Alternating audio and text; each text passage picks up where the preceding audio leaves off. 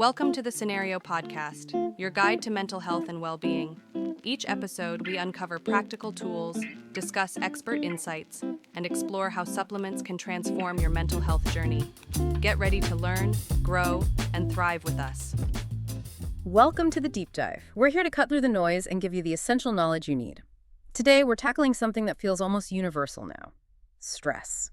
If you feel like you're constantly running on that low hum of pressure, well, you're likely dealing with our main topic, cortisol.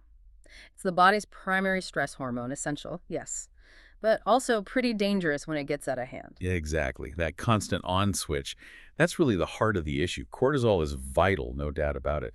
But when it's chronically high, that's where the trouble starts. So our mission today is threefold, really. First, understand cortisol itself, how it works. Second, really detail what happens when it stays elevated for too long, the consequences. And third, most importantly, pull out the solid, evidence-backed info on the best natural ways to manage it.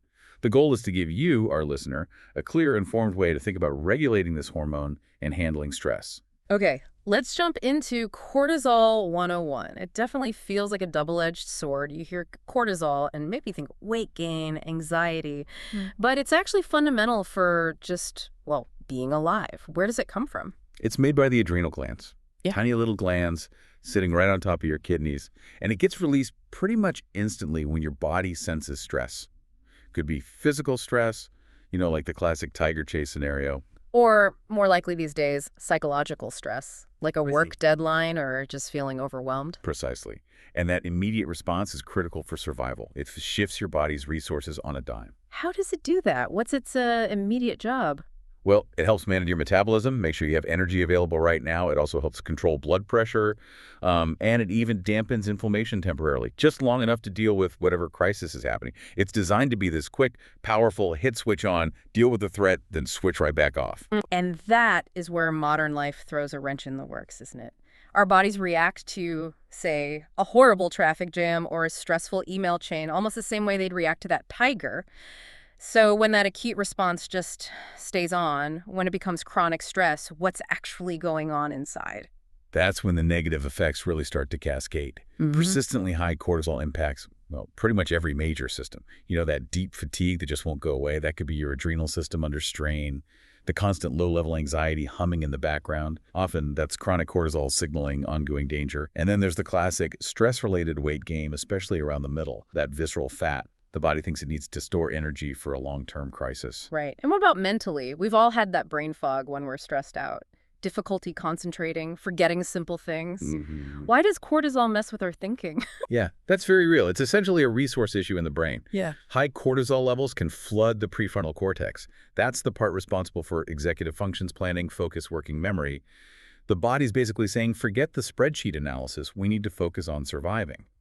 So chronic elevation impairs cognitive function. You get mood swings too.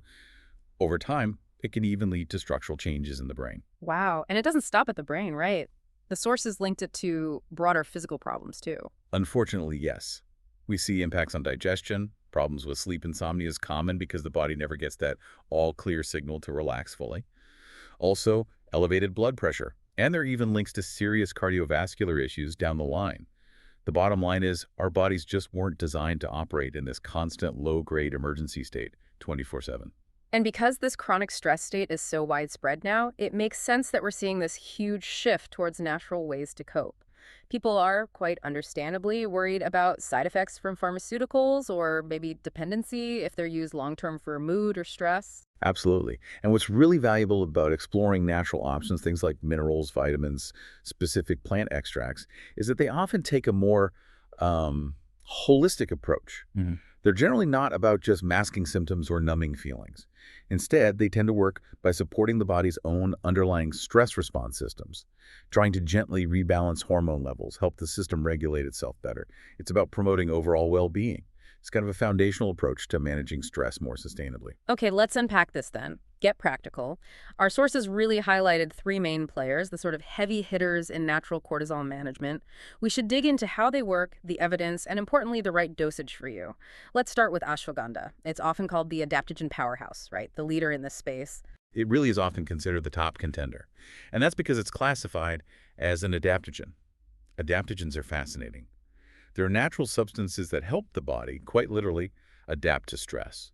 Think of ashwagandha less like a simple off switch for cortisol and more like a sophisticated thermostat for your hormones. It seems to sense when cortisol is running too high and helps gently modulate that response, bringing a normalizing effect to the whole HPA axis. That's the hypothalamic pituitary adrenal communication system. So it helps the body find its balance. And this isn't just traditional use, there's solid modern science behind it. Oh, yes. There are quite a few clinical studies now in people reporting high levels of stress. Studies have shown ashwagandha can lower cortisol levels by, get this, around 30 to 33%. That's a really significant reduction. Not just a tiny blip, but a meaningful drop in those stress markers. 30% is substantial. But, with something that effective, are there downsides? Like, can you take too much or use it for too long? Any side effects to be aware of? That's a really important point, especially about long-term use. Ashwagandha is generally well tolerated, but because it is powerful, you shouldn't just take massive doses indefinitely. Some people might experience mild side effects like drowsiness or maybe some digestive upset. But a bigger consideration, many experts suggest cycling adaptogens. That means taking breaks, maybe a few weeks off every few months. The idea is to ensure your body doesn't become, let's say, lazy and stop managing its own stress response effectively without the supplement. Okay, cycling makes sense. So for someone interested in trying it, what kind of dose are we talking about and what should they look for on the bottle? Quality seems key here. Quality is everything. The recommended dosages usually fall between 225 and 600 milligrams per day. But you absolutely need to look for standardized extracts. The gold standard is often cited as KSM-66. Using a standardized extract like KSM-66 ensures you're getting a consistent amount of the active compounds, called with nanolides. Those are the bits actually doing the therapeutic work. Don't just grab any bottle. Got it. KSM-66 for consistency. Okay, so if ashwagandha is the regulator, helping maybe dial down the production or the signal, we also need something to help deal with the cortisol that's already there. That brings us to number 2, magnesium. This works quite differently, doesn't it? Completely different mechanism, yes. Yeah. If ashwagandha is like the thermostat, magnesium is more like the body's cortisol clearance system. The exhaust pipe, maybe. It doesn't primarily block cortisol production. Instead, it helps your liver and kidneys break down and clear out excess cortisol from your bloodstream more effectively. It basically helps your body finish the stress response cycle properly and tidy up afterwards. Okay, so it's like the cleanup crew for use stress hormones. That makes sense. And I know magnesium deficiency is super common. Is there a best type of magnesium or a specific dose for this cortisol clearing job? For this specific purpose, the dosage often recommended is around 350 milligrams daily. But honestly, the form of magnesium you take might be even more important than the exact dose, because absorption varies hugely. You really want to look for forms that are well absorbed, things like magnesium citrate, or even better perhaps, magnesium glycinate. Glycinate is often preferred because the glycine itself has a calming effect on the nervous system. Oh, interesting. So you get a double benefit there. And that leads nicely into magnesium's other well-known perks, right? Better sleep, muscle relaxation. Exactly. Stress isn't just about the hormone levels, it's about how your body recovers. Magnesium is fantastic because it directly helps improve sleep quality, and it helps relax muscles, which often get tense under stress. So it tackles both the hormonal side and the physical fallout. Very versatile. Okay, that's magnesium for clearance and recovery. Now our third key player, L-theanine. This one comes from green tea, right? That's right. It's an amino acid found abundantly in green tea leaves. L-theanine works mainly by influencing neurotransmitters in the brain. Specifically, it helps boost GABA, which is your primary calming or inhibitory neurotransmitter. The result is a state of mind that's calmer, but also focused. And the big selling point, the reason it's great for, say, daytime stress, is that it calms you down without making you drowsy. That's its unique advantage. It's superpower, really. A typical effective dose is around 200 milligrams. It's ideal for someone who needs to manage anxiety or feel less frazzled during the day, but still needs to be sharp, focused, and productive. It delivers this sort of calm focus, helping you navigate stress without that mental fog setting in. Okay, so the big 3 are clear. Ashwagandha for modulating the stress response, magnesium for clearing out the excess cortisol, and L-theanine for that calm, alert focus. But often with supplements, combining them can be even better than using them alone. Any thoughts on synergies? Absolutely. Synergy is often key for a more comprehensive approach. You can definitely combine these strategically. For example, think about combining magnesium for that clearance and sleep benefit with L-theanine for the immediate daytime calm.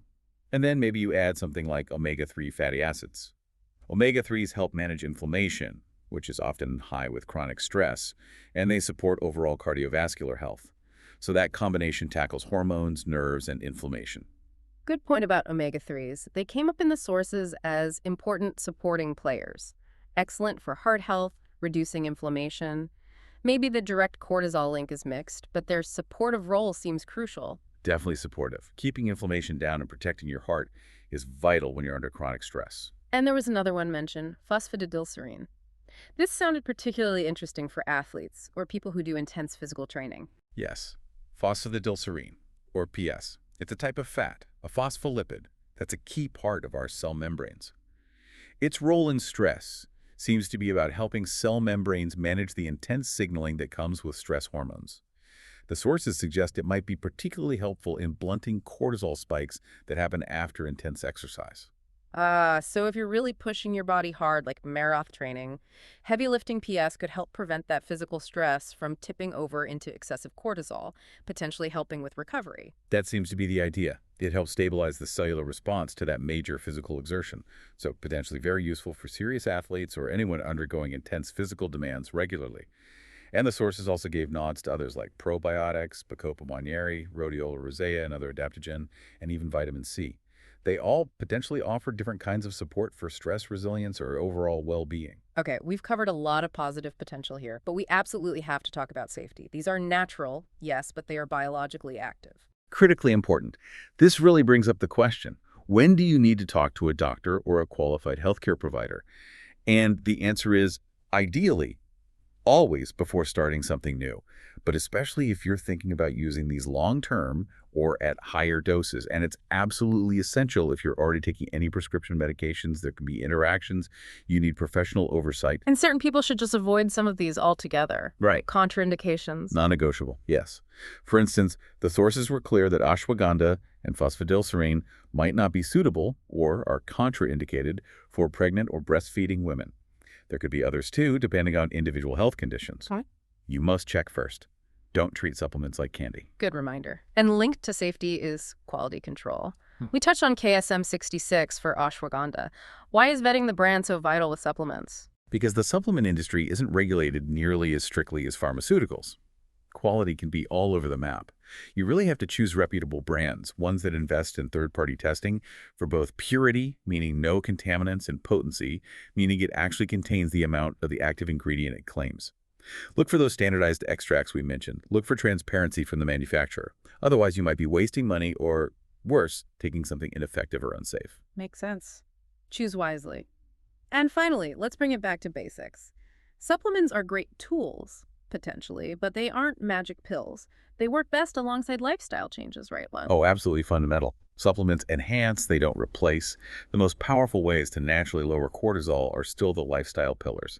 Getting regular, appropriate exercise, developing mindfulness practices, whether that's meditation, yoga, or just deep breathing, and crucially, prioritizing good quality sleep consistently. Supplements work best when they're supporting a foundation you've already built with these healthy habits. Okay, so recapping our deep dive, we've highlighted 3 core evidence-backed natural tools: ashwagandha for powerful stress adaptation, magnesium for helping clear out excess cortisol and aiding relaxation, and L-theanine for promoting that unique, calm focus.